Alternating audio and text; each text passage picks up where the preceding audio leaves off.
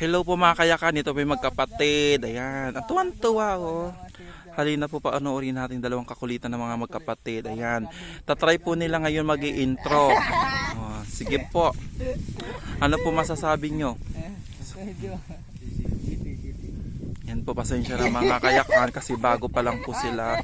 So, yan ang mga kakulitan nila. So, pinagpapraktisan pa nila kung anong sasabihin nila sa intro. Yan po, ganyan po sa behind the camera. Hindi po nila alam na natin kinukunan yung dalawa. Oh, ready na po? Oh, ready na tayo. Ayan, marami pa sila pinag-uusapan. Medyo kasi nahihiya pag alam nila na kinukunan natin sila ng camera. Pero hindi nila alam na kinukunan natin sila na ngayon ng video.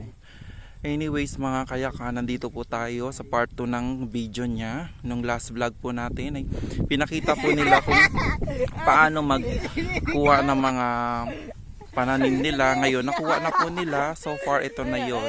Naipon na siya dito. So paghihiwalayin po yung palay sa dayami. Mano-mano po nila ginagawa. Hirap talaga ang buhay bukid, no? Tirik ang araw, kailangan magtiyaga kasi hindi madali ang buhay probinsya. Tiyagaan lang din po. Ayan po yung dalawang makulit na magkapatid.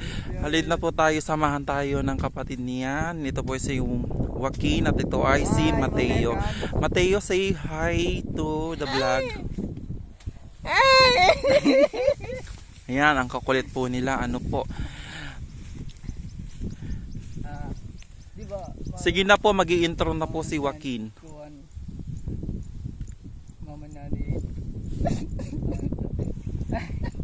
Di ba pong ganda-ganda nila mag-vlog. Hindi alam kung anong gagawin nila. Ayan, sige. So ngayon guys, gagawa tayo ng simento na gawa sa kahoy. Oh, ayan ang mga ano, tirik ang araw ngayon. So lahat ng mga farmers natin ay nagsisipagtrabaho. Kumbaga, ang tawag dito pag anong tawag dyan sa pagkuha ng palay? Paggagapas po nila. Pasensya na po. Pagbari daw po. Pagbari din. Pero iwan ko sa iba kung anong tawag nila. Kung anong tawag nila. Kung pagbari, kung paggapas, kung basta pagkari. Basta yun na yun. Basta pag ganun ng ano, itak. Hindi naman bulo. Kung tinatamad ka, bulo na lang. Para medyo malinis-linis yung ano. Grass cutter.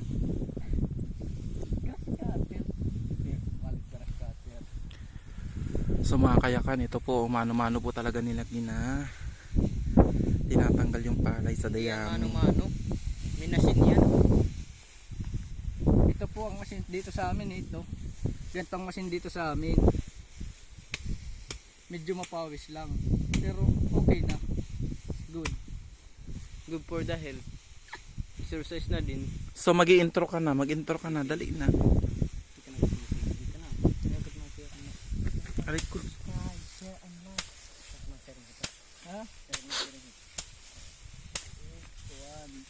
Ayan po, nag-iisipan pa niya kung paano siya mag-i-intro. Nag-iisip ako kung saan mas magandang kumuha ng video. So babatiin muna natin ang mga viewers natin, ang mga pamanonood natin. Ano po? Hi, kayong Mag-intro muna kayo po. Hi mga kayakan, welcome to my vlog at magandang hapon sa inyong lahat. Kung bago pa lang kayo sa aking YouTube channel, don't forget subscribe, like, and share. Don't forget and Tinkerbell. So, ito po ngayon tayo mga kayakan sa Hagna. Nasa Hagna tayo. So anong buhay sa Hagna? Buhay sa Hagna? Hindi madali. Hindi madali. Medyo mahirap pero okay na. Okay na. Okay na makakain. Mahal pa naman ngayon ng bigas. Okay na to. Kaya ipapakita ko sa inyo mga kayakan kung paano nila tanggalin yung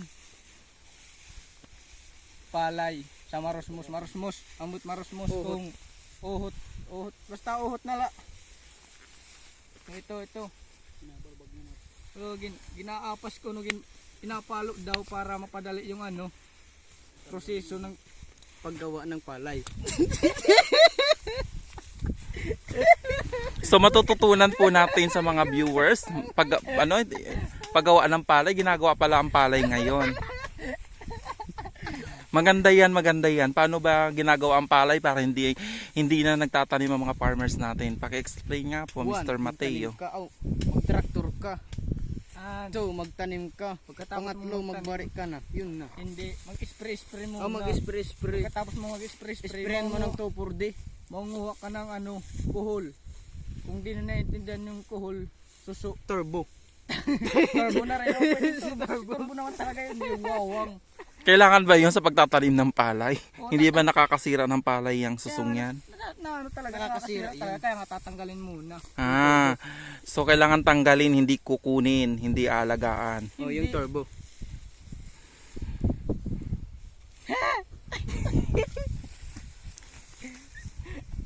Pagkatapos mong kunin yung mga kuhol, pagka i-sprayan mo ulit yun, tas ihilingin. No, kohol, turbo. Ihilingin mo ulit yun. Kung di na naintindihan yung hilingin, titignan niyo Tignan. ulit. Pag medyo okay na siya, magat na siya. Ganyan. Pag namunga na tas nahinog, pinursang pagkapasin, tas gaganyan yun. Kukunin yung laman niya. Paano nga po? Ipakita mo kung paano ginagawa. Ganito gagawin yan.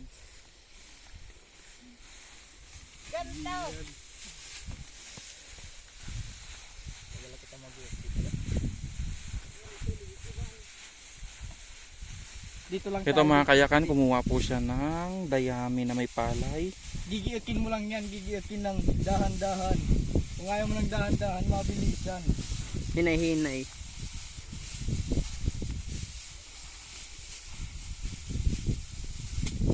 So yan, medyo nakukuha na siya. Pero ako nahihirapan ako kasi sakit sa paa. Pag di ka pasanay. Oo, aray, tusok na nga. Siya. Ito nakukuha na siya. Nauubos na.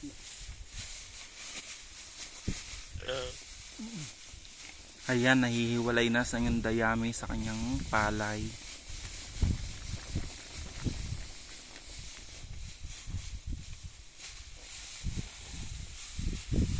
Yun na, tanggal na.